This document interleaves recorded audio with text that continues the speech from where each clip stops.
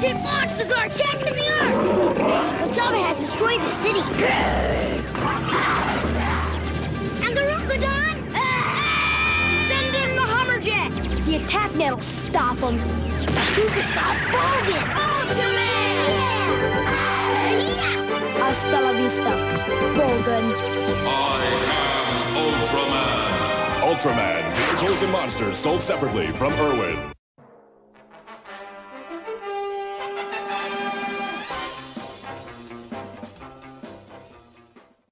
do I have a surprise for you.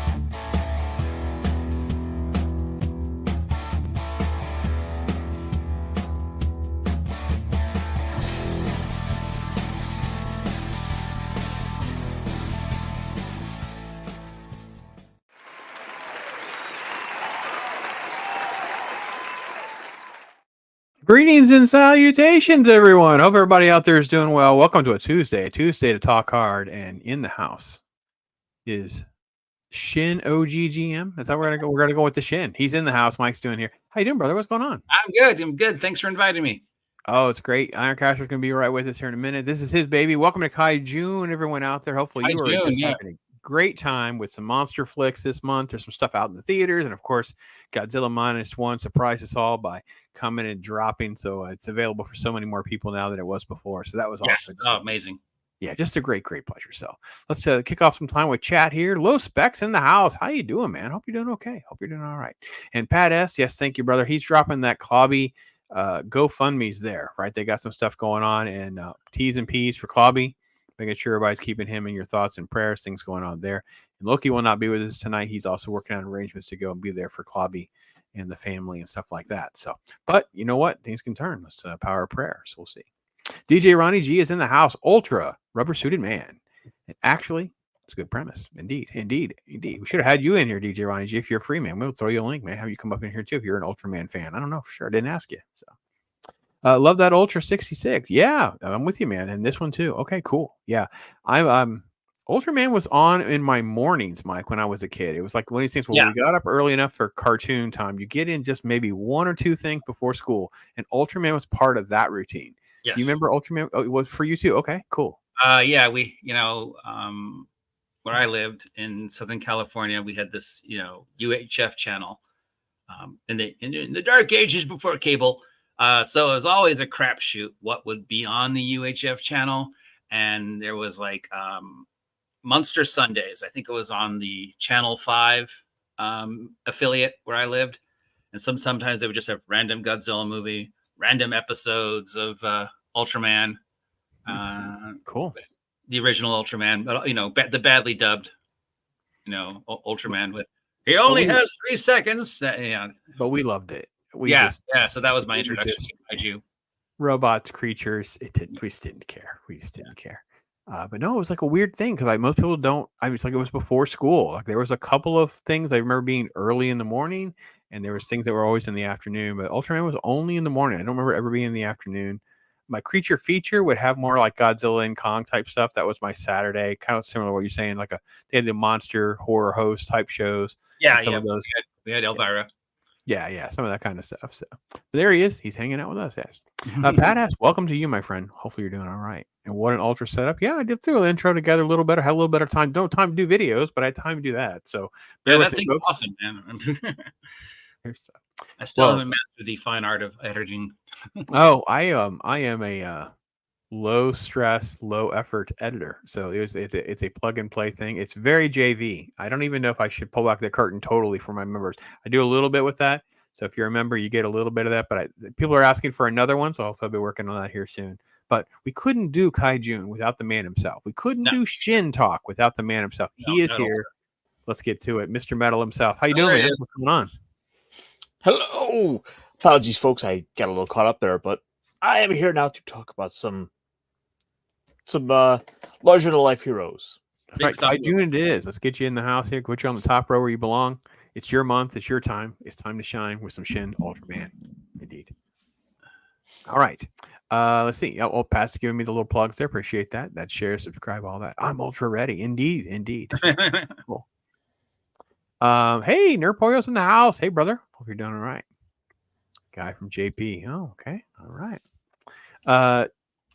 Cheers. Better use of the month of June. Yeah. Well, listen, you got to have Kai June. Next month is Shark Hard. We do Shark Week. We do Shark Month. We're starting Jaws. I don't know. We're going to do Deep Blue Sea. So we have a week in between because of our Kai June is so Shin full, Nerdporio, that we're going to squeeze in a War of the Gargantuas to kind of feel like something really OG, something that really kind of fills out our Kaijun cred, make sure we didn't lose our street cred by just doing so much Shin only. But I think people will let us pass because we're also doing Jaws. So technically, it's almost like 6 weeks of some sort of Kaijun creature monster. Kind of counts as a kaiju, sort of.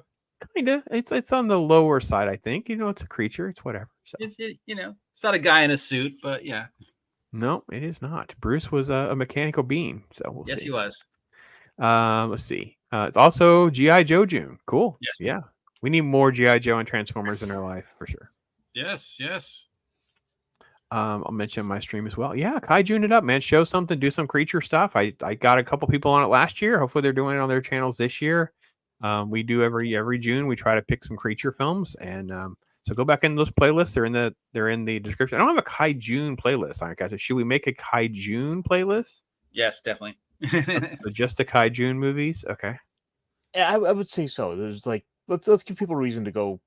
Come find a little mix of movies to come enjoy, and hey, it all can't just be Godzilla. No. There are other kaijus. No, I mean yeah, because I have a Talk Hard playlist. I have Monster playlist, things like that. I'm not sure what the description has. I know it has Talk Hard, but I could add Kai June playlist and just create one that has all the Godzillas that we've done, all the talk we've done with all of our Kai June movies in the past, and others that I've done that maybe without you, and maybe some of the movies that you're doing. I should put them on my playlist too, so people can catch that stuff too. I think that's only fair to do. So, Great White North, Zax is in the house. Hey, brother, hope you're doing all right. Yes, thoughts and prayers for Clobby. Yeah, we talked about that briefly. At work. Oh man, yeah. Hopefully you can be there for Shin Godzilla. You know what? You need to let me know, man. I gotta get you hooked up. I'll get you on the list here. Get you some creds. Gotta let me confirm that for me, man. Yeah, 66 Ultraman's been mentioned. Yeah, we're all of that. So I've seen some Sentai, some Metal Heroes, but not Ultraman. Oh, good. Superhuman Samurai Cyber Squad of the 90s attempt to localize it. Gridman. Matthew Lawrence. The horribly chopped up Gridman. Yes. Yeah. All right. Well, Ironcast, I was briefly talking about watching Ultraman every morning before it was in the rotation with other cartoons and morning type shows when I was a little kid. That's what I kind of grew up on with Ultraman. OG Mike here, he's talking about how it was more like rotated in with like creature feature type stuff with Godzilla, Kong, that kind of thing. So what was it for you, Ironcaster, when you got into the Ultraman fan club, man? Because you were like pushing yourself to the front of this line, in my opinion. So Ultraman was something I had come to a little later in life, maybe about 5 years ago or so. Mm-hmm. Around the time Mill Creek is starting to put out the Blu-ray box sets. So kind of right when a lot of that was all being really settled and just made more publicly available. So it's on so many of these streaming platforms that it's just so easy now to be able to come check out, come enjoy. Very cool. Yeah, I did a little bit of prep for this. I don't want to get too far in the weeds. I hadn't seen Shin Ultraman, so this was a pretty green reaction that you're going to get from me. But I was looking at it, and there was a quick reference to this is like what the 37th film in the franchise or something. I was like, whoa, there were a lot. I was looking at them on Tubi the other night, trying to catch up. Yeah. I watched. I began to notice that they all kind of were the same. Well, they just fell into this like loop where it was like, my Ultraman power is calling on the powers of other Ultraman. What is it that you like most about it, Ironcaster? What drew you in the most, you think? I mean, it's there's just this kind of fun idea with with the character, with the franchise, that he is this really helpful alien who's come to Earth to help out. And plus the fact that we're seeing like some guys in rubber suits beating the snot out of other guys in rubber suits in a giant city is always fun to watch. Yeah, for me that was the thing. Just being a kid, just rubber suit Godzilla, Kong, just that era of stuff. It's what you grew up on, and Ultraman was just part of that. So I will say that this was my first impression, this movie, and I was like, oh, okay. So you and I were talking off camera on the phone, and you were talking about how a fan is really kind of to credit for getting Shin going here. So help me understand sort of like in the 2022-23 timeline, they wanted to go with rubber suits in the cities and that kind of stuff. Because I was a little surprised when I saw the movie that it was, I want to say, it was definitely in the same vein as the classic material. It wasn't really like upgraded to some of the other newer stuff.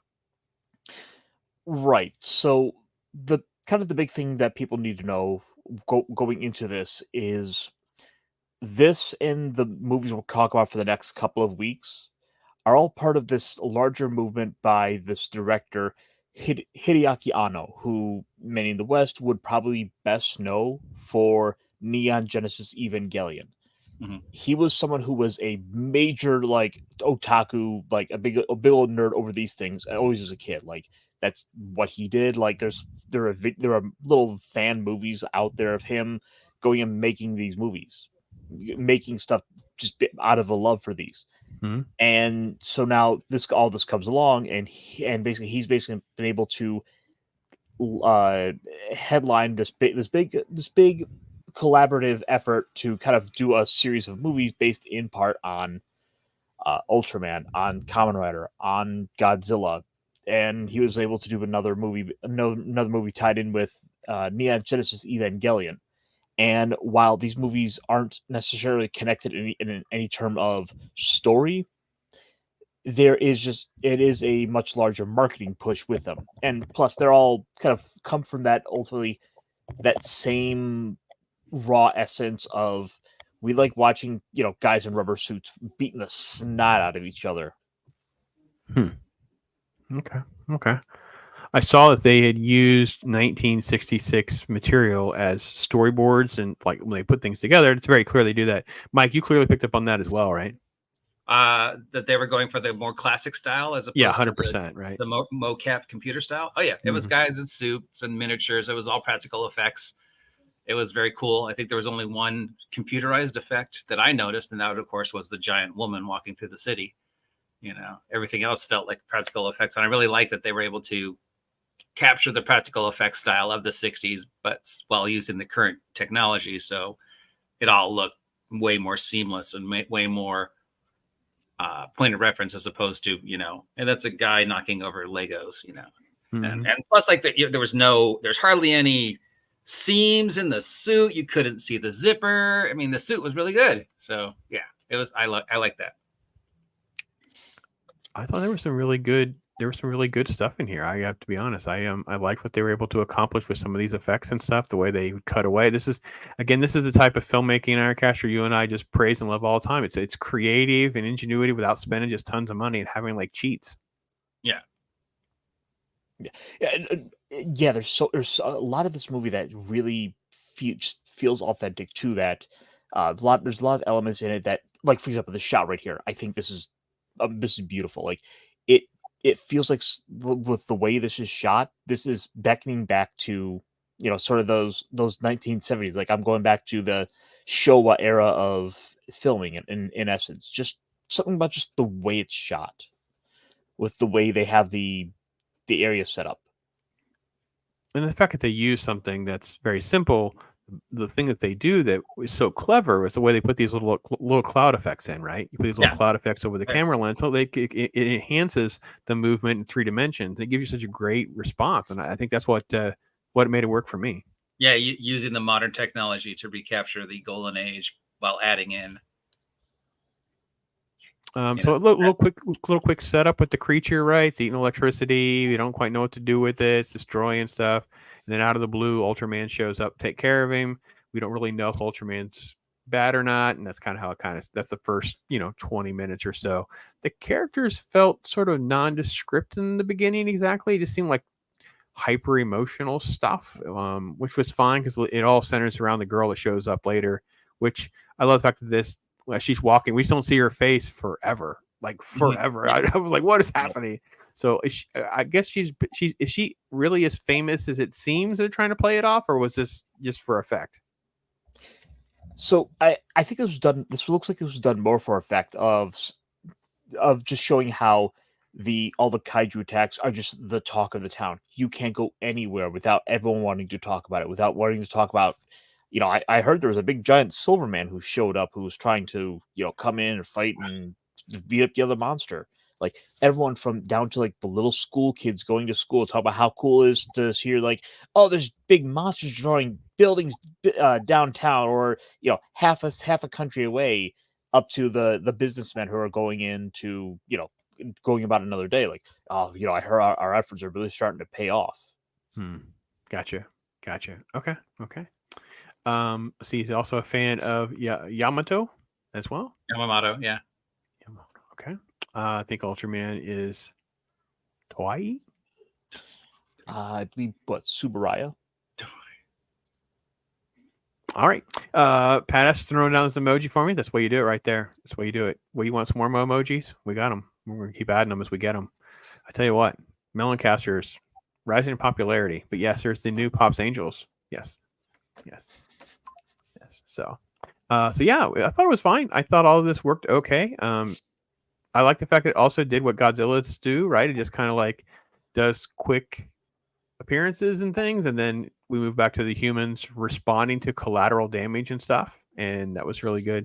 I will say it helped to kind of know about Ultraman a little bit on why his behavior is so odd and strange. He comes across as sort of like a robot plus Sheldon Cooper. That's how I felt. So I can see if you don't know what's going on. If you don't know what's going on, you'd be like, why does he talk and act like this? I don't totally understand what's happening. So I like that. I liked it, but I just thought that was fun.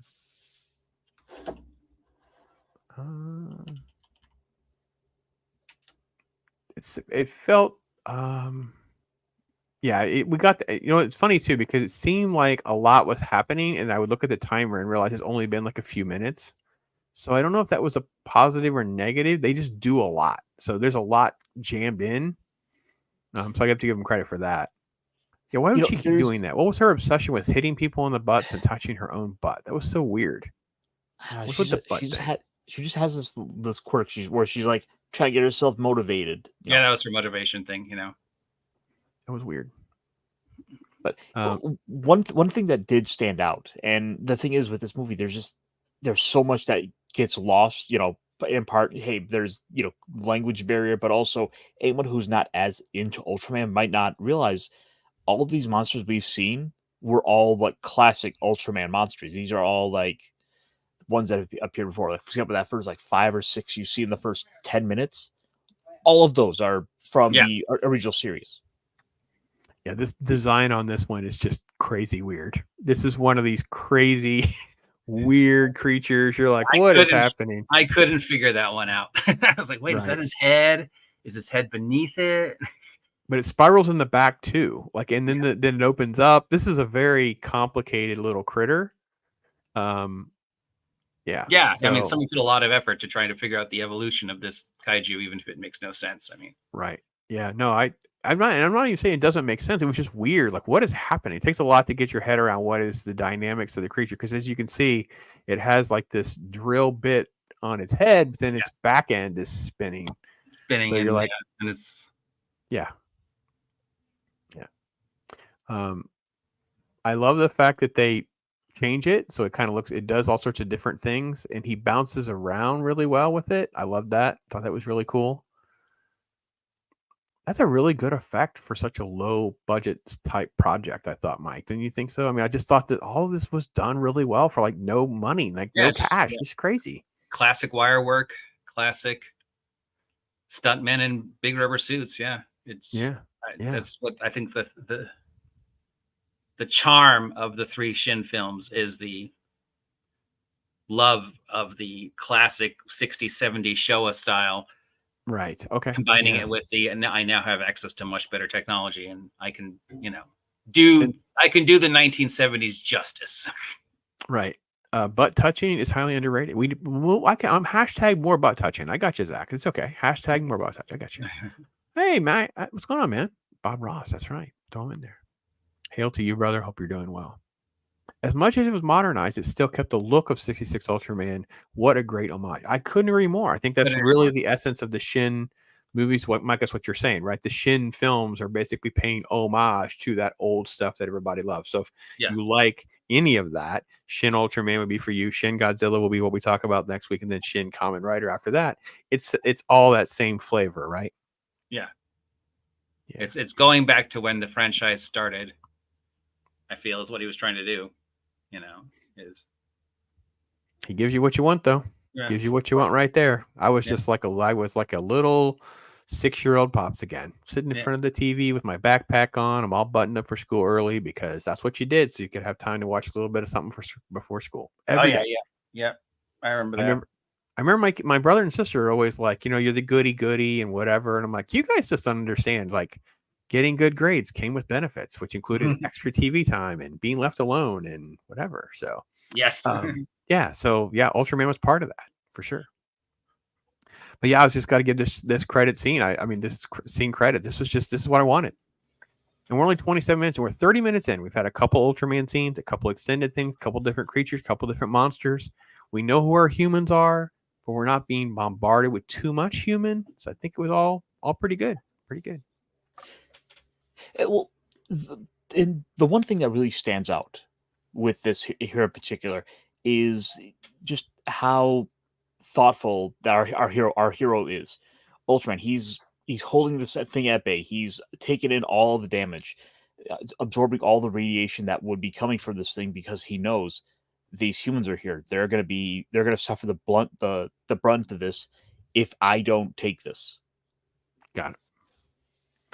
Is Shin Ultraman as good as Godzilla? No. No. Don't be silly. Shin Ultraman feels like 1966 Ultraman, the TV show, and the movies that were surrounding that general era and decades that followed. Again, creatures in rubber suits, practical stuff, low budget, that kind of thing.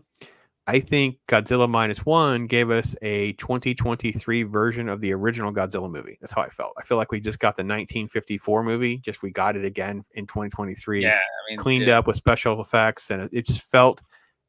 I was so moved and emotionally attacked. So, Nerpoil, I want to lower your expectations. I don't want to oversell this. And then the second part of your question, you two can speak to this, please. I don't think you have to watch Ultraman, but I think you would appreciate this more if you picked up a couple of the episodes off. YouTube has them on. Just go to YouTube and Google them. You'll find a couple of them for free, and you can kind of get a good feel for the show. Maybe get a little more comfortable with some of the references and things like that. But it's not a prerequisite. Exactly. This is a movie that, while it's not necessary to have seen the original Ultraman series, or really for that matter be familiar with it, it is something that benefits. This is a movie made by a fan wanting to go back and tell a story based on that original series. Nerporeal, I think, would like this a lot because Mike, he's a massive Star Trek original series guy, and that creative element of how to do things on like a shoestring budget back in that era, he really appreciates that nuance. I think that's why he would enjoy this for what it is. He's not going to be all like, oh, it's just too cheapy and whatever. I'm like, yeah, it's made in the 60s. This guy's making he's making a 2023, 22 version of a 1960s movie. So it's the same thing, but like you said, we don't see zippers, we don't see some of the silliness. It's been cleaned up, and I think that's the difference. What we get. Well, we do have little quirks of it having originally been a 60s series. Like, for example, they have the Science Division, this organization that the humans are all working for, with their little lapel pins that in the original cartoon, in the original series, were like their built-in radio that they would communicate with. It's like it feels like it's pulling little elements from that I think would make it appealing to someone who's a fan of television and sci-fi from that era. There's your lapel pin, but they have cell phones and stuff. Norporio, so it's not like it's set in the '60s per se, but it's it's exactly that same feel. Like I think Mike said it earlier when he was talking about how it's like it's that stuff done now, but you can see how the low budget. Look at the shot; these all sorts of crazy. I guess I have to admit, they lost me a couple times with some of their shot choices. They lose me a lot with the musical score. Norporio, you know me really well, so you know my brain was hurting at times with the music. I was just like, maybe there's a cultural thing, like you said earlier, Ironcaster, because I was like, why is this music playing right now? Like, can I just get to the scene? Like, what is happening? So yes, Music there were choices, moments. there were a couple where I was like, yeah. And shots like this are very abrupt. Like, it's not a great choice. I would tell them, no, don't do that shot. Unless this is supposed to be a complete homage to something very specific. Yeah, it is. Okay. All right. Well, then I would have to let it go because it would be an appropriate homage. Even the camera placements. Yeah. Especially around her, because she's the protagonist / comic relief. So she got all the, the comedic scenes. She got all the comedic camera angles. So yeah, that's all classic. I mean, everything he did is just I missed it. Embracing that style. Even the camera angles. I'll show him again. Yes, the bad guy with only a front. Yeah, he's got this weird. I missed the shot where he really had a good full shot of. Yeah. Anyways, you can barely see him. He's in this corner. I don't know where. It's hard to pause and stuff on this version and dodge the copyright nonsense. You guys want to explain the plot here with Zareb? So so now that not only are we having the kaiju coming to Earth, we're having a lot of these intelligent aliens that are coming to Earth, and this one in particular is offering to come to a government which is largely being told to front the foot of the bills for all of these kaiju attacks, and that's kind of it's something that gets kind of glossed over, but they do have some lines in here where you have the different departments of the Japanese military and the government, kind of talk about, oh no, they'll foot the bill, like, oh, we can't do this because we have to make ourselves look good, we have these kaijus that are coming in, but the Americans want to sell us weapons. They won't help us, but they'll sell us the aid to come and deal with this stuff. And then when they drop bombs, they only had so many. It's like, oh, it'll take us 6 months to get more. I'm like, what?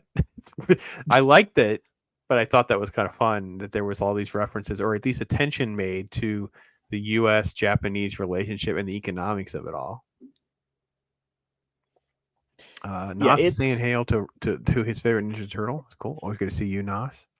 And there was an Ultraman arcade machine. It was the same as the Sega Genesis game. Cool. Let me see. I missed anything else there.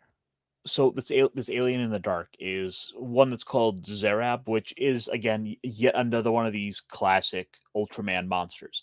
Much like how Godzilla has his rogues gallery of characters like Rodan and Mecha Godzilla, King Gigan. Ultraman has a series of recurring enemies that keep popping up over and over again. Sorry, I'm trying to land on a frame where he's able to be seen, but it's okay. We're just gonna keep moving, keep going. I think I may let the one segment play too long, so I'm sure I'll have to deal with that later, folks. Sorry. So to kind of give the gist of it, he's come forward and saying, Ultraman's actually a bad guy who's gonna try to hurt you guys, but why don't you come sign this agreement with us, and we will in turn give you information and technology to be able to help you fight this thing. Yeah, it's back here. Sorry, I went too far. He kidnaps our alien hero and then just pretends to be Ultraman and he just tries to manipulate the public opinion. It plays a PR game with them all. So yeah. This is sort of one of the issues with the movie that it does have to be brought up, is that it's effectively trying to tell 4 stories over the course of this. Yeah, I definitely felt like it was a bunch of different issues. Bunch of different episodes of the show stitched together to make a movie, which might have been intentional, This was a weird scene too, where he just sits in the front seat of the car. What is it? It's so strange. But again, I think you're absolutely right. I think they just took 3 or 4 episodes, threw them all together into the story, and kept going. And they just thought, well, how could we do it? And they figured out a way to do it. So, but I have to spin the wheels on the giant lady because this is freaking great. This cracks you up at no end, and I don't know anybody else. There's no way the Japanese were not like, oh, I wonder if we could see up her skirt. Oh, yeah, there was totally. The very next scene is her trying to delete all the pictures. And she is like, got one like, there's one point where she literally has her leg lifted up at an angle, and you're just like, oh dear Lord, this is freaking hysterical. It was just so. Again, I don't remember an episode like this, but I feel certain that they were like, oh, we have to do the giant lady episode if we're going to do it. So let's just be glad that Quentin Tarantino didn't direct this. Otherwise, it would have been all about her having giant feet. Yeah, there's only like one shot of her shoes early in the movie before she had giant feet, but yeah, you have 100%. Norporeal says, I wish that we got to, proper Trek homage. Yeah, we get you, my friend. So, let's see.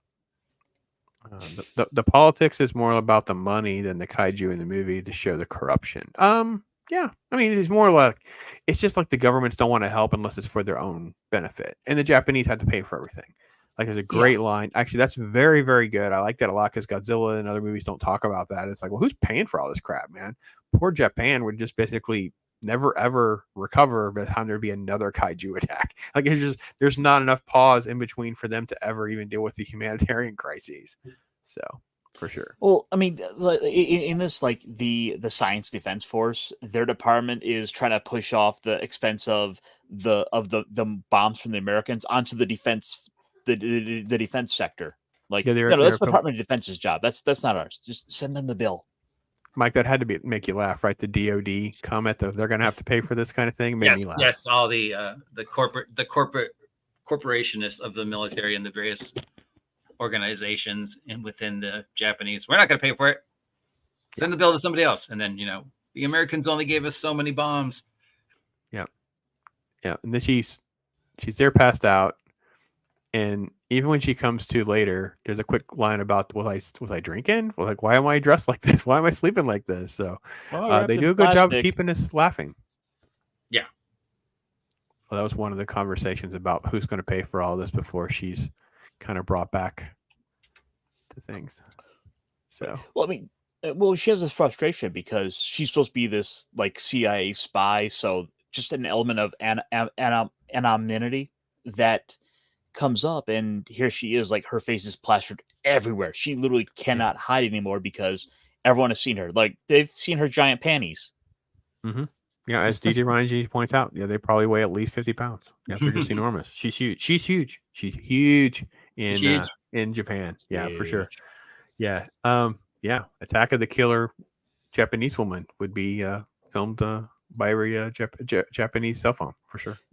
I didn't think we'd be getting Attack of the 50-Foot Woman, but I'm all for a remake at this point. There's an episode in there like they've got it. Then we go to a swing set shot, go a little 2-shot on some swings.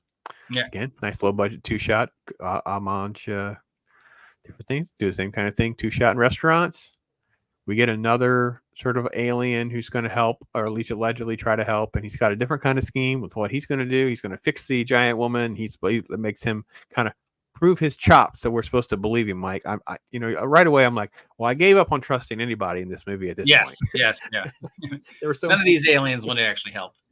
There were so many twists and turns. IRONCASTER, I didn't trust anybody. I didn't believe him. I was out. I was like, nope, I don't believe you.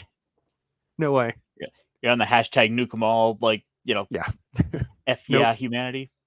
Yeah, F humanity. Yeah, a little bit. So, again, it's a just under a 2-hour movie with credits. So it was a lot going on. It's a lot. There's a lot of shenanigans. This is him allegedly doing his thing with his beta cube, with his little box, and that's the equivalent of their high-tech special effects that they spent. So you guys have an idea of how that's going to work. And of course, it's supposed to be the technology he uses to that. It's a much larger version of what Ultraman uses with his beta capsule to change size. Right. Okay. So if you gave that technology to humans, like, inevitably they're going to learn to weaponize this. They're going to make super, like, size changing super soldiers. You just send in like one spy, and then suddenly they're going nuts in going nuts in Russia, just wrecking havoc. You send in 5 guys like that, like the potential for us to just wipe ourselves out as that technology proliferates, much like nuclear weapons have. And Ultraman is like hard against that. Like, no, my job was to protect these humans. If this technology gets into their hands, they are going to destroy themselves. Yeah. Just so we could read it. So when we do it, if we do a short, Nas, your short can be made for you. Yeah. Nas says Lizzo could fit into those panties. Because I'm like, dear Lord, Ow, okay. Nas, you went there. You went there. All right. Well, we'll see. I don't know. I guess I presume they shrunk back with her though, because there was no issue with that. But that would be kind of the question: is why the clothes would shrink back. But hey, you know what? We just keep moving. So unstable molecules. Yeah. So let's see. We got to jump around to because he goes face to face with Ultraman next, right? Great shots like this. Great models. Great cutaways. And again, what I think they deserve. Go ahead. Oh, the science division are going to go rebel, and they're going to try to help, like, for the betterment of humanity. We're going to have to, like, defy our own government to remove this technology from the table, because even they themselves also recognize that it's not a good idea for this to wind up in the wrong hands. And at the end of the day, the wisest choice might be say no hands is the right hands. So if anyone's wondering if you would like this or not, if you're like me and you just love the idea that they actually plan shots and they storyboard and they come up with all these different creative things to make things work, this is a good film for you. You're going to enjoy that element of it a lot, because it's very, very clear this was a very well planned, thought out shoot with a lot of different locations and things like that. Cost effective stuff, and a lot of different. That was a really cool effect too, by the way. They had a lot of cool things that they did. So I mean, I say cheap and stuff, but there were shots like this I thought were very well done. Here's the entire budget on the robot thing. Yeah. I was trying to look up some information on this, and from what little bit I was able to scrape, because again, language barrier, and they don't have to report things and make them public like we kind of see here. This might have only cost about $5 to $6 million to make. It's not a terribly expensive film. No, yeah. And there's some great moments, I have to admit. It is a little tough this latter half of the film. I didn't care for any of the human stuff at this point. I was pretty checked out from that part of it all. I just wanted to get to this. You know what I mean? I just want to get to what I know is coming. Some sort of major Ultraman moments, some sort of sacrifice, some sort of decision has to be made. Those kinds of things that are classic Ultraman. So what's going on is a second Ultra has showed up. One who calls himself Zoffy, who is another member of Ultraman's race, who says that basically because our main Ultraman's efforts have directly led to the death of a human, he now has to effectively be punished for this crime of killing this innocent. And meanwhile he's been kind of going around posing as this person who sacrificed himself to save such a small child, who had, at the end of the day, had the heart of an Ultra warrior. And it becomes this sort of morality battle and things like that. Yeah. Lots of different shots though that kind of fluffed up my time. I didn't care for we had too much, but at the end of the day, I enjoyed it. I enjoyed how they kind of rationalized through that, because you have him. The 2 cups mean something for sure. He's there in the hospital. They're all in unison. And just I think that this is where you get into some sort of growth arc. The fact that this alien disconnected being that was there to try to save humans, was here on sort of a deathbed kind of moment and that kind of thing. And she's come around to bonding with him when she kind of treated him with such a snarky attitude early in the film and those kinds of things. So yeah, I liked all that. Then I think we get towards the final decision. He kind of wins out. He gets to make his case. The humans are worth it. Have a little battle, showdown. Yeah. I'll Look sacrifice at the effects myself are done well. to save them. Good stuff, right, Mike? I mean, that's for the budget. What a great effect for something so cheap. A windsock and a toy on a stick, and yet it looks amazing. Yeah.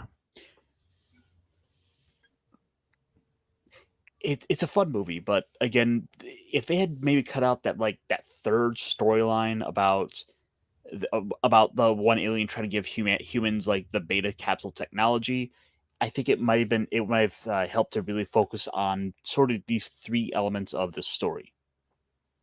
Yeah. And Yeah. here he is saying he wants to sacrifice himself for these humans.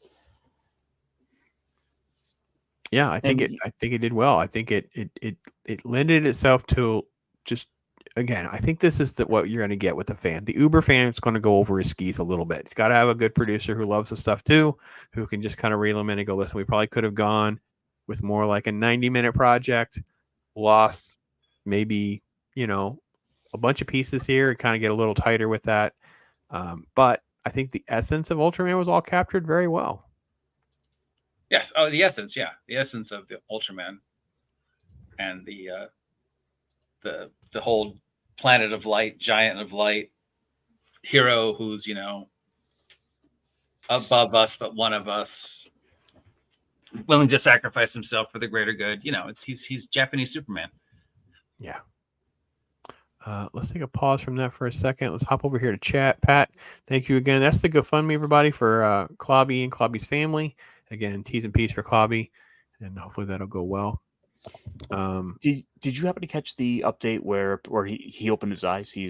I did see that he had opened his eyes. So I don't know exactly where we're going to be with that. So yeah, hopefully we'll get an update hopefully here soon, and we'll know more. But yeah, he did open his eyes. So. By the way, did they play the Evangeline music in this movie like they did in Shin Godzilla?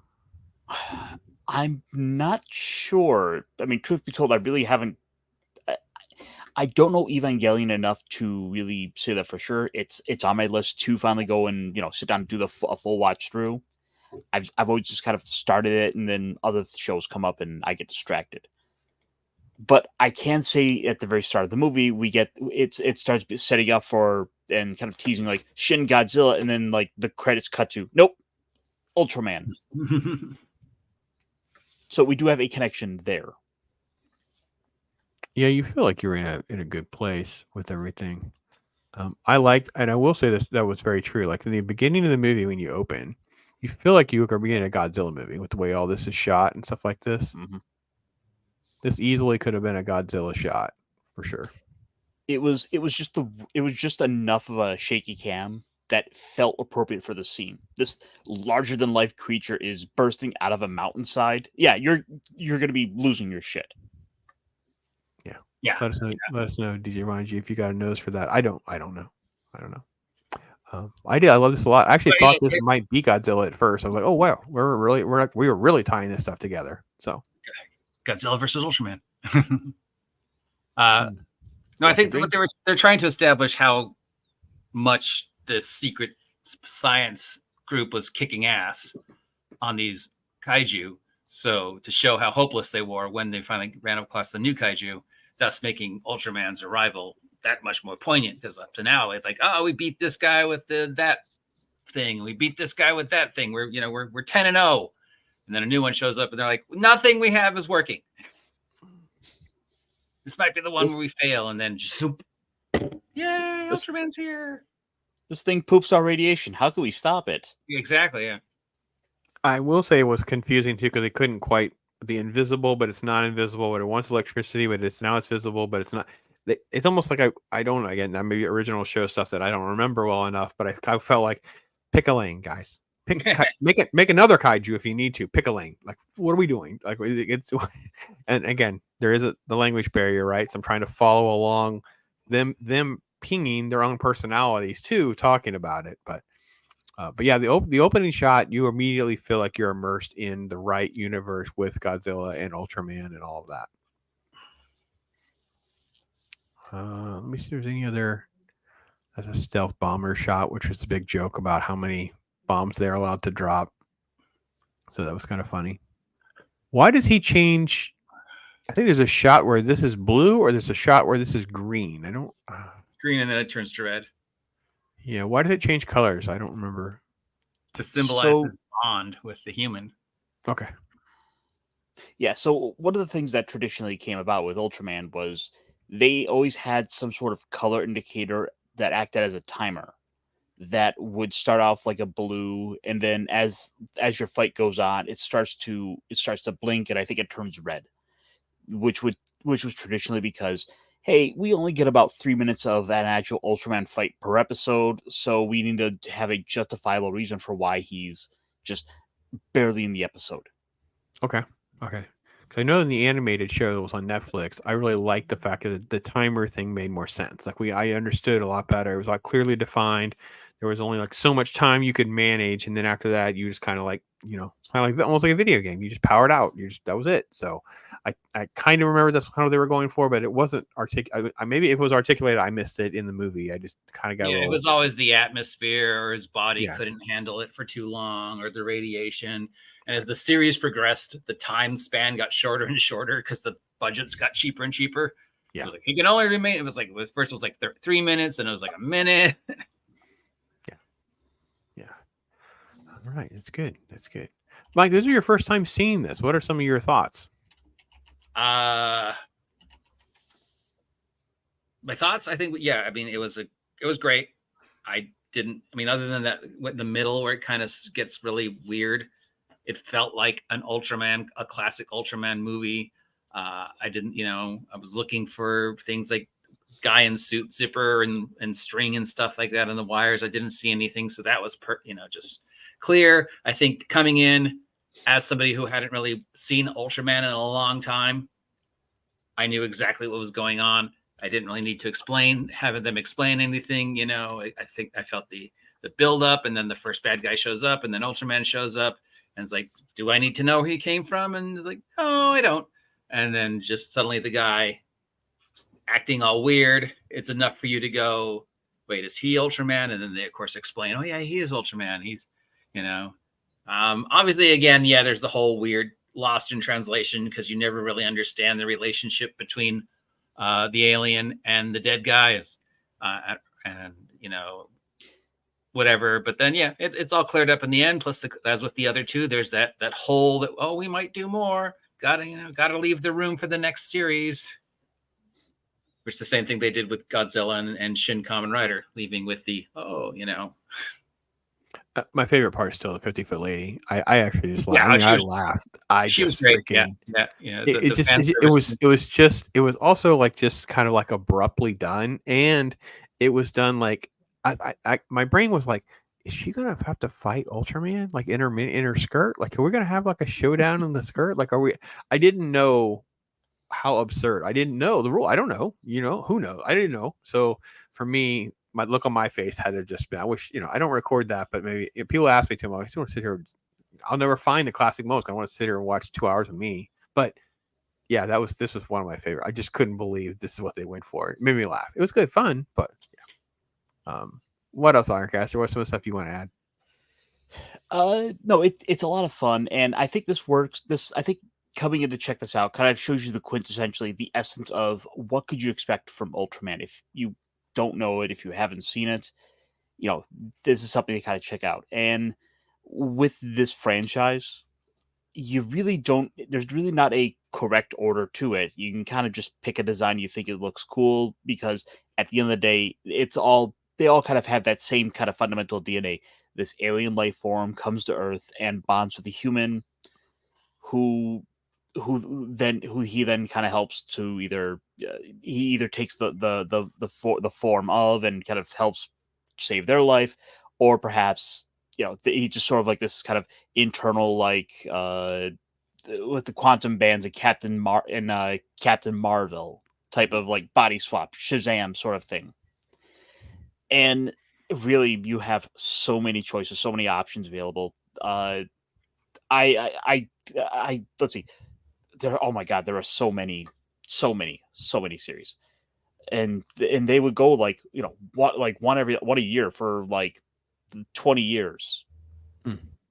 So you have plenty of options, plus you have all the movies, plus you have then sometimes they'll bring like multiple ones together so you can see like different heroes you like. as it's like kind of telling this kind of a little fast and loose mythos of its own. As you see, you might go find out about the planet of the Ultraman and the Ultra King, and like there's an evil Ultraman out there called Ultraman Belial who looks evil and awesome, and you find Mustache and goatee. Yes. Just joking. And then maybe you start liking certain monsters who will then kind of come in and you can like, oh, I remember that's the Red King. Oh, this is Zeora, or I don't know. There's all kinds of monsters, but that's the franchise as a whole. It's a lot of fun to kind of come check out. But I think the movie does have some issues with the pacing. Again, trying to do 4 real storylines kind of got in the way. They didn't kind of flow as naturally, because between the first alien coming in to make the deal with the humans and the second one, it feels really redundant to have kind of done that twice. Yeah, and it was just very disconnected. It all comes down to this, guys. If this is what you want, you just want to see dudes in these crazy suits. You want to see monsters in crazy suits. If you have any love at all for the Ultraman, from the classic look and feel of things, it's one of us making a kind of movie. Now, we may not like the movie in the sense that there's a lot of convoluted and wasted time and stuff like that. And I'll be honest, you could probably trim this down and watch a good, 60 minutes and you're going to have a great time. And there's another fluff of, it's fine. Totally get it. I didn't hate any of the elements with the quote science club. I don't know what to call them. It doesn't matter. I think that they kind of skated around the surface, I think, on their personalities. And so, I don't know, Mike, what did you think? I didn't really get too attached to any of them for comic relief or not, or what. They were there and they were fine, but just not quite enough. Yeah. I again, it felt like, in the old days where you would take multiple episodes and stitch them together to make a movie. There's definitely parts of this which feels like that same type of feel, and definitely with the human characters, the special science team, we don't really ever get we get which little box they fit into, and which little trope they are, but then we don't really get to see them grow to where we get attached to them or we worry about them, because it's only an hour and plus. So yeah, I think some of that times where there was the chunky third storyline, they could have easily just more focused on the fact that these guys were the best in their field. They were kicking ass until things got out of the control. So I would have liked to see more of the technology, more of them actually doing stuff. Definitely would have liked to seen a lightning tank. I mean, you cannot have a kaiju without a lightning tank. So yeah, I think I would like to have seen more of what their deal was, why they existed, why they were so good, why they had such carte blanche to just take over military operations, that kind of stuff. I think you also just have if we just forget about it, even being your kind of movie, if you just really love just the nuance of just like bad movies or cheap movies, film school type stuff. This is a total film school sequence. So she is literally eating the food out the bag. This is a total cliched film school moment. It's so funny. I mean, I laughed so much when they cut away. No, this is just them rubbing in how much better their 7-Elevens than ours are. It is such a film school trope. I laughed so much, and then they cut back again. Look at the great food we have here in Japan. Suck it, America.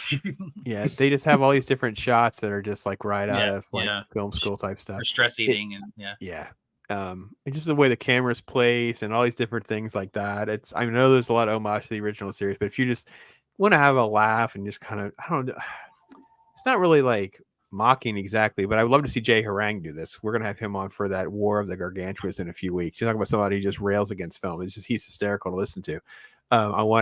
This would be fun for him to kind of watch this kind of thing. I don't even know if he's ever seen anything like this or not, but this like cheeky approach to making monster movies, because it hasn't aged well for most people. Most people are like, yeah, special effects are fine. Like most people are just not like us. We don't, we have that nostalgia gene. A lot of people don't. I think it's great. So then I guess the question comes, what do you give the movie? Because I think I'm sitting at about a 7 out of 10. Again, I think there's enough issues that kind of are worth pointing out that kind of become a little more apparent, but that doesn't mean it's an outright terrible movie. No, I'll enjoy a good 4 out of 10. Like it there was could be fun. some. I felt like it was worth the time and money I spent. Yes, I'll do 7 out of 10. I'm a terrible hard critic. So before I do my score, Dempsey's here. Hail to the man. Hail to the man. Love it on Jay Harang. I know. Just need a laugh. Just turn on Jay Harang. It's the best, right? Yes, totally. Jacob Ironside is also here. Hey, brother. Hope you're doing well. So I'm going 5, but for me, that's 2.5 out of 5. That's where most things should land, right? Remember the old school Rex? Most movies that were like, okay, 2.5 to 3 stars was the norm. That's a good movie. Go see it if that's kind of your genre or not. That would be my thing. If I'm Siskel and Ebert, be like, it's a thumbs up if you're into that kind of stuff. If that's not your thing, then no go. It's like that's it. There's a line. You're either kind of into sci-fi monster creature kaiju type stuff, or you're not. If you are, this makes you feel like you're into the 60s and 70s. And if that's not your thing and you would prefer the CGI and all that, then this is not your thing. It's just like a 1-star movie for you. You'll be miserable. If you love it and you grew up on Ultraman, old Godzilla, or you're like that guy over here, I'm shocked it's only a 7. If the story wasn't so convoluted, he'd give it an 8 or 8.5 because it feels like that. You know what I mean? I could edit this down to about 95 minutes and he would be thrilled. I'm telling you right now. I cut out some of that mess. So I agree. Yeah. Dwayne also popped in. Hey, man, good to see these people. Great to see people in here. They're our biggest supporters. Some of them are members. Some are just awesome folks. So great to see you. So I would ask you what you're going to cut, but I know you're not going to cut the giant woman. No, she stays. No, she stays. What? We're building the movie around. We're building the creatures in the beginning, the giant woman in the middle, and the stuff at the end. So no, the extra alien talking stuff, like the aliens chatty chat stuff, was what needed to be trimmed. We didn't have 2 massive segments of them talking with Zareb, and then just needed one.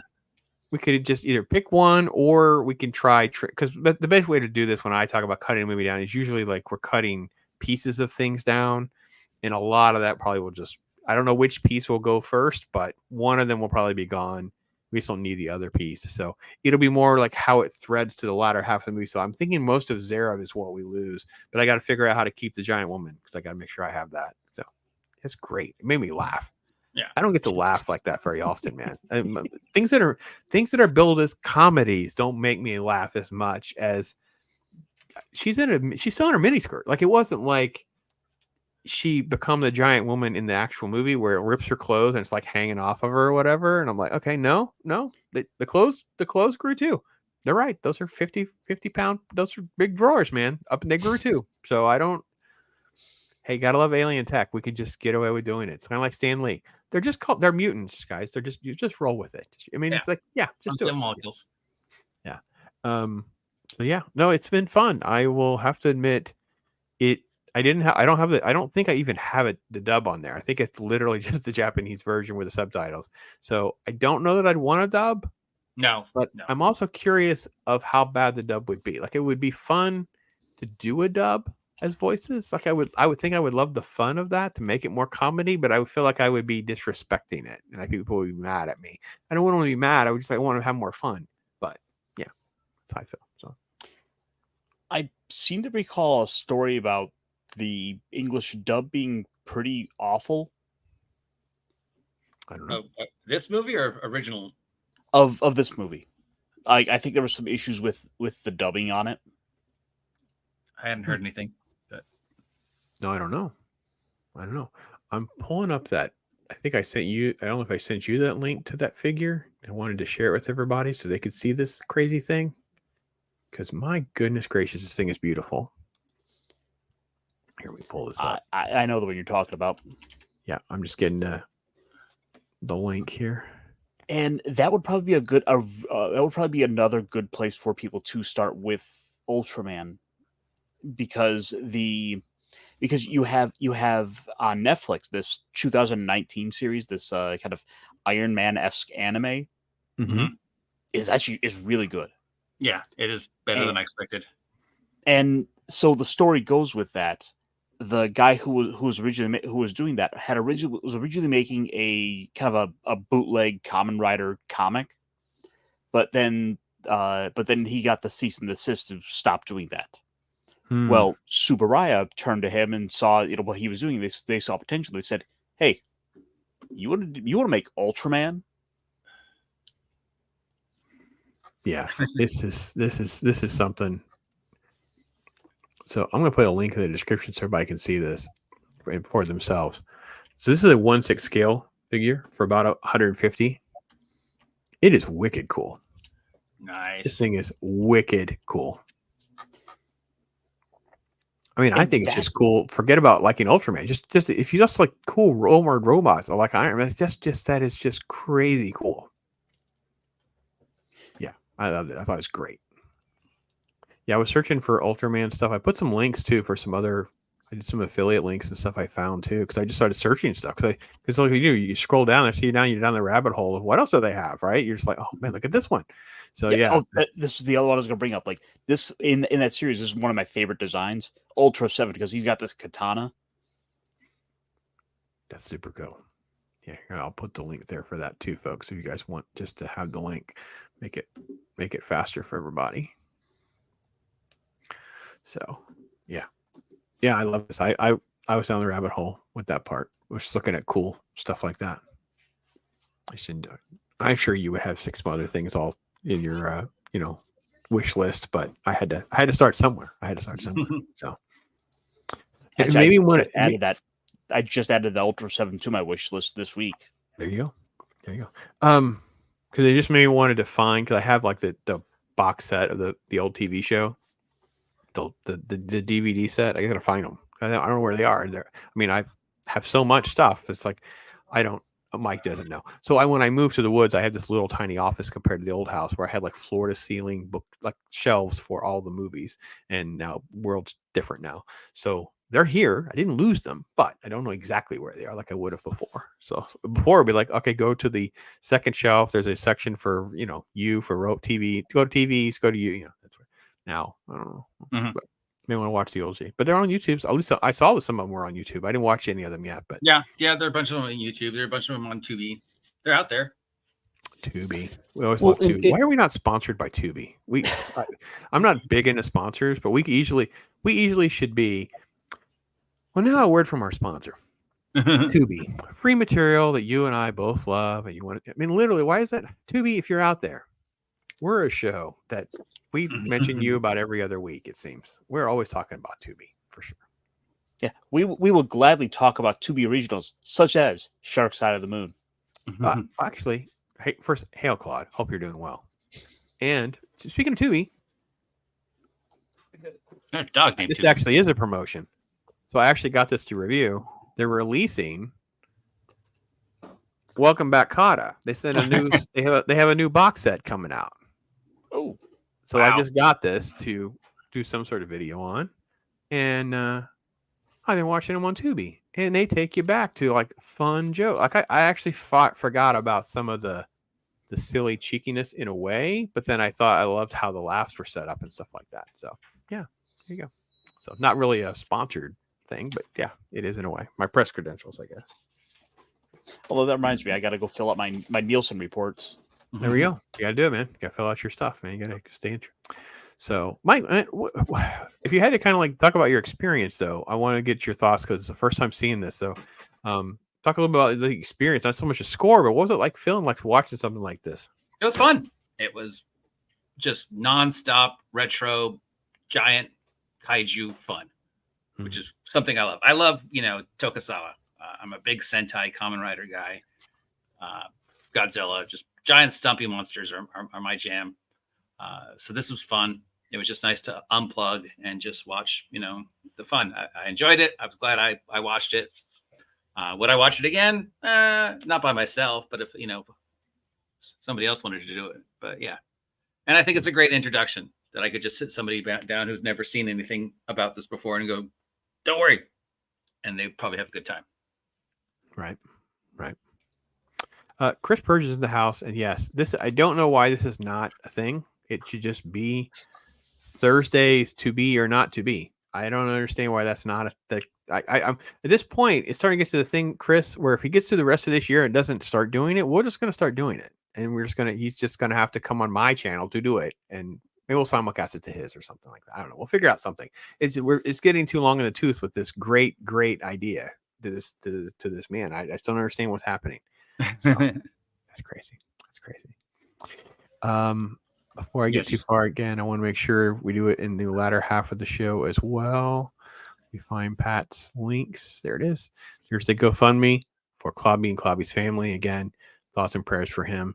We did see a quick update about his eyes being open. So I'm not sure what that means or how great that, but at least that's progress from where we were. So thoughts and prayers for Clobby. And yeah, that's where Loki's going to be headed from my understanding. Hopefully he's got it worked out. He's going to go and try to be there. So I kind of agree with Mike too. I think that, again, I think if you're into just the rubber suit monster stuff, if you grew up into like that stuff, or you've grown to love it the way Ironcaster has come into it later in life, of like, I just really love this, things like Kamen Rider, this style of the suits, Power Rangers, old school Power Rangers with all the costumes and stuff. This is right up your alley, man. I don't understand like how these things aren't bigger with the move of the Power Rangers for sure. Boy, if there's anyone to come to talk to about Power Rangers, it's this guy. My baby. Yeah. It's that same vein, right? It's that same feel of that type of stuff. Yeah. All right. That's good stuff. They took a genre recreated with, because giant science monsters started here with the giant insects films and the whole fear of the atomic. And they took their experience with the atomic and turned it into pure joy and pure merchandising fun, and now it's a multi-million-dollar thing. So just shows the ingenuity and the creativity of what they could do with, an 8mm camera and some toys they got at a 99-cent store. And that became this thing that we love. I didn't know how I felt about some of the shirts. I was trying to find a shirt. I thought that was kind of interesting. Then they had these. I don't like these where there's just like with the photo on them like that. I'll buy that from Etsy or something. I wouldn't buy it from Amazon. But I didn't really have a lot of luck finding a shirt that I was totally knocked off my socks with. So I was hoping. Yeah, I was a little disappointed. Yeah. Yeah, because on Etsy at least you'll find something that'll be, gloves off, small potato person who's just doing something they shouldn't be doing, and it's freaking awesome. Is what you'll find. So. Yeah, you usually find someone who has a passion for it, who's gone and put a little more time and effort into like a design. Yeah. Or they just kind of pulled one off the internet that someone else did and they do it. But I got to be honest, if the other person probably didn't do it, so you know what I mean. It's like at this point now, I tend to have my problems with the people that want to complain. Like, well, did you do something? So yeah, Chris, we're good. We're headed into 2024 with our first sort of planned programming. Like, if it doesn't materialize, 2024 we'll have a to be or not to be with Ironcaster and or on Ironcaster. We don't know. We're gonna figure it out because just every week you randomly spin for a movie and then try and find it on Tubi. Oh, and then we have to watch it. Oh, Mike, that'd be really good. The hard part's gonna be like the spinner thing, like figuring out how to, scale the dynamics down. And I've been set up before, by the way. I only lasted 20 minutes in Thanksgiving. I mean, it was only a few minutes, and then Sharks of the Sand. Is that what it's called? Shark of the Corn. Sharks of the Corn. I got 40. That shark gets around. 40 minutes. Oh, they voted against me because Loki somehow agreed to do Shark Side of the Moon. I don't know exactly how we even got him to agree to do that. And it was so god awful bad, Mike. It was insanely bad. And then I guess Loki, I just didn't learn. And then he was duped over Cocaine Bear and said okay to Cocaine Shark. And needless to say, there is no cocaine or sharks in our Cocaine Shark movie. I don't know what that was. It was Cocaine Bear's awesome. Yeah, so tubing time with Pops. No, it's to be or not to be with Ironcaster. I'm just the enabler. I'm just trying to produce this. I'm trying to make this show manifest. I don't know what I have to do. My part in this. I'm trying. So, oh, Dempsey, yeah, I know. We talked about it privately. Ironcaster and I had a quick call. I talked to Loki about it as well. I hit me in the feels a little bit, man. So yeah, comic historian Ben Foster, right? Is it Ben? Oh man, I know it's Ben, but I don't know. Passed away, a horrible accident on Friday. So yeah, rough. Princess Leia Rose is here. Hey, lady. Thanks for seeing you. Yeah. T Public. I bounce around. I just find teas. I just keep looking. I don't know. I'm cheap too, though. So you know how I am, Pat. So I'll see you on the shark side of the moon. No, you will not ever see me back on the shark side of that. That's why the shark agenda, I don't think really even fleshed out yet the rest of July, because I don't think we agreed on how to keep Ironcaster under control with what we're going to pick from. Sharknado, lava shark, werewolf shark. See, Loki's learned how bad it gets, Mike. So he didn't even bite. I threw out I think the mainstream ones that I think are good, the uber low budget ones like Open Water or The Reef, which I think are very good for being uber low budget movies.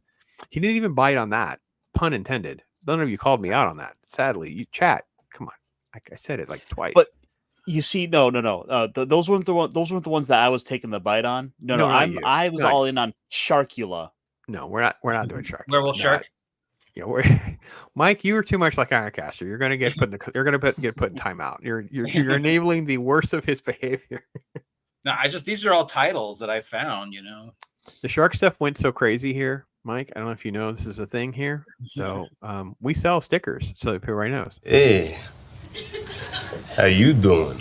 Yeah, it's bad. It's crazy.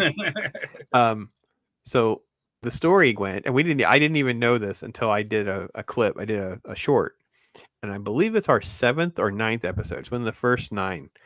We had Ron Underwood on. He directed Tremors, City Slickers. We had Ron Underwood on. He starts talking about the original script for Tremors and how it was basically billed as sharks and sand. He's talking about the story, talking about doing another movie, and people in chat like Chris Persia had all these great ideas. And then Ironcaster, I kid you not, goes, well, it'd be kind of cool if we went all back around and they actually were sharks. And I was like, the foreshadowing was there all along. We all should have known the obsession is real. Yes. It's lurking under the surface. It is indeed. It is indeed. Sharkenstein or Sharkenstein, depending on who you talk to. What about Santa Jaws? Sharktopus versus Werewolf. Yeah. Santa Jaws. Yeah. Yeah, Slacky, I know. Sand sharks. Oh, dear Lord. No more. I can't. I don't know. So I don't know what we're going to do. So we have sharks. Jurassic Shark. Oh, yeah. So we need a sharky rom-com. We kind of have a pretty good slate that we've done in the past, and I think that's part of the problem. We knocked out too many of the ones that we would want to see. So now I'm kind of stuck. What are we going to do? And we wanted to do Jaws because we just hadn't done it. And I know 50th year's next year, so I think we're going to do Shark Day next year because I know for Jaws. So I don't know how we're going to keep this shark thing going year after year and not concede to some of these bad movies. Oh my God, there really is a Battle Shark Galactica, really? Oh my dear Lord! Not there should be.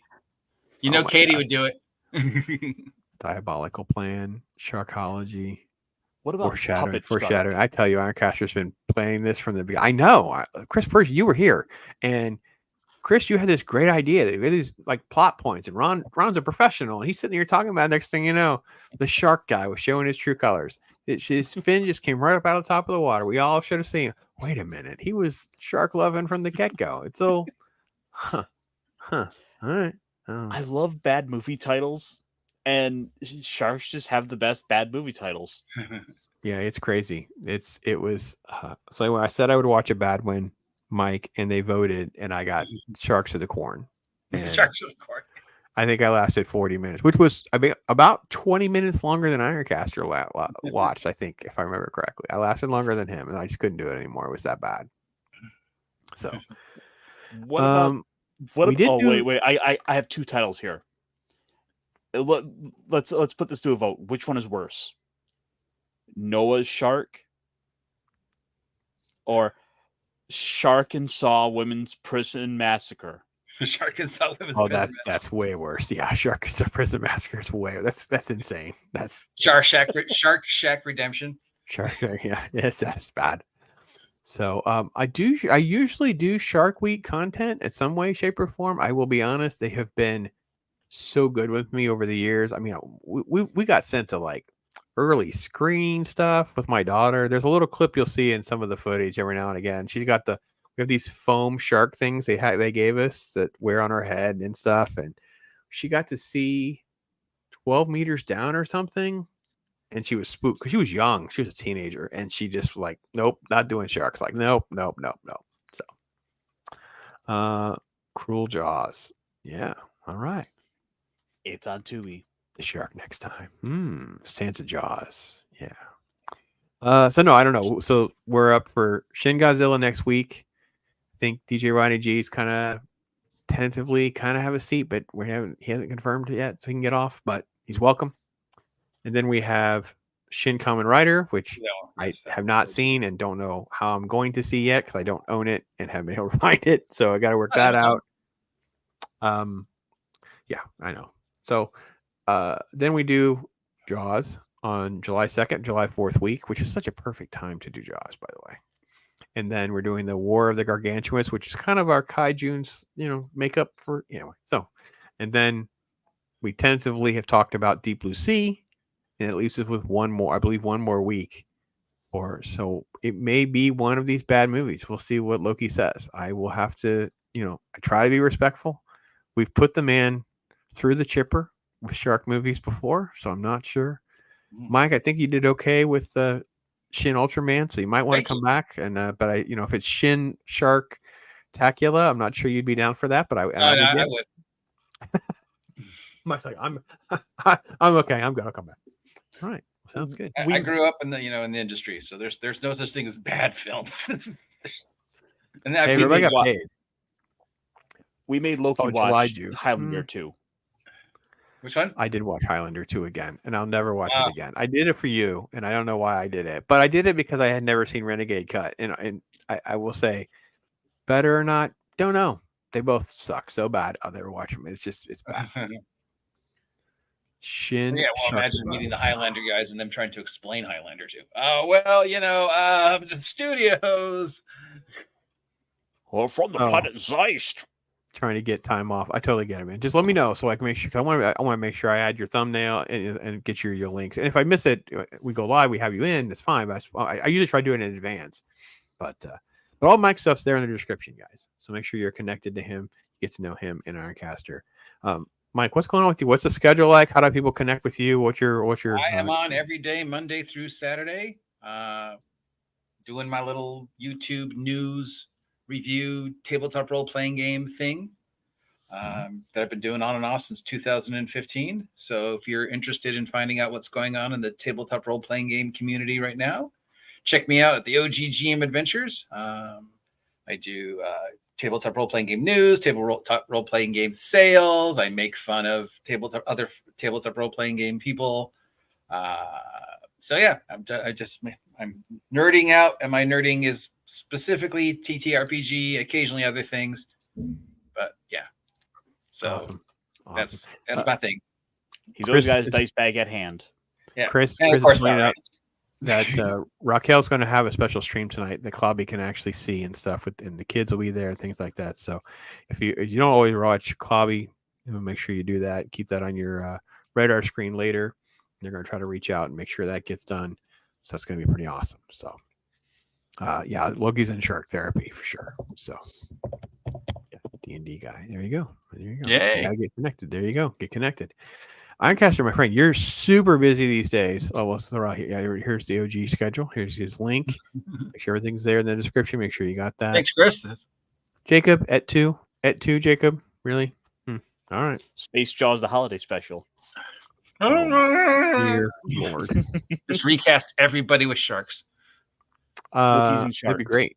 We'll get Harvey Korman to play the four-armed female shark cooking show host. That'd be great. Stir, whip, stir. IRONCASTER, my friend. You so many things now. I love it. It makes me happy. What's going on? Yep. Here about an hour or so, I'll be on a T-shirt destroying for our little midweek geek, where we will no doubt be talking about Wizards of the Coast, because they should stick their foot into it each and every single week, because they have to make sure they stay. Wizards of the Coast is my thing. Get your own. It's got that.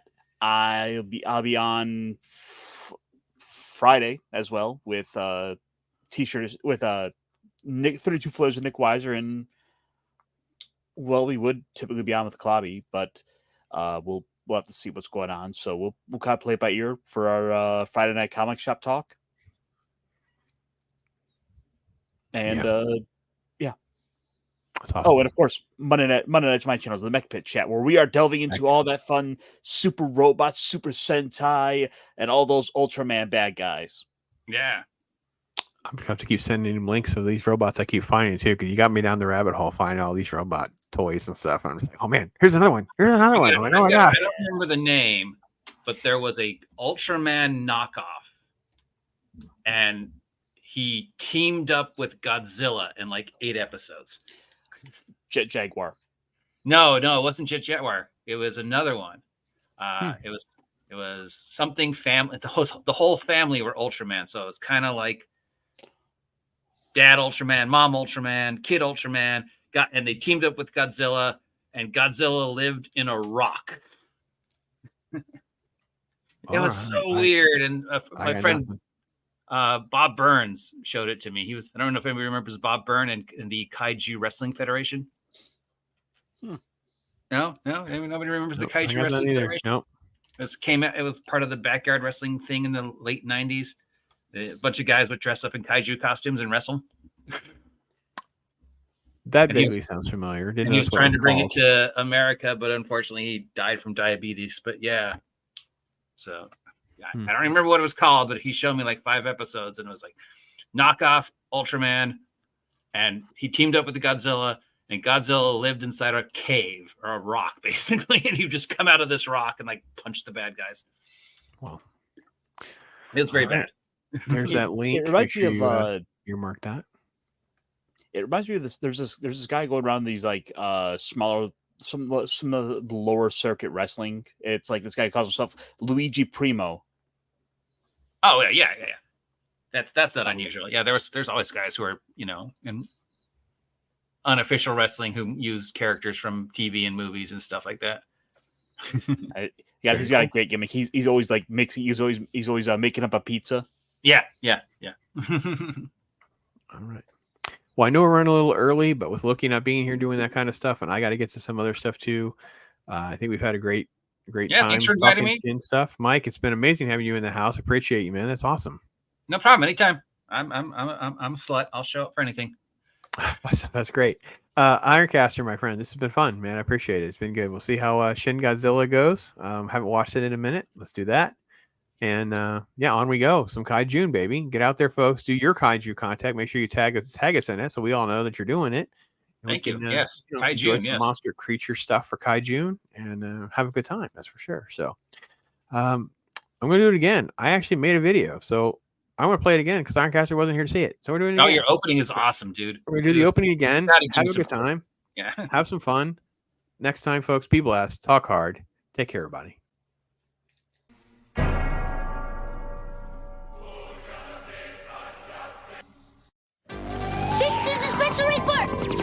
Tip monsters are attacking the Earth! Kagami has destroyed the city! And the Rookadon? Send in the Hummerjet! The attack net'll stop them. Who can stop Bogan? Ultraman! Yeah! Hasta la vista, Bogan. I am Ultraman.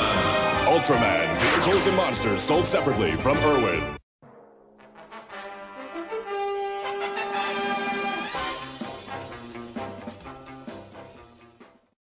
I have a surprise for you.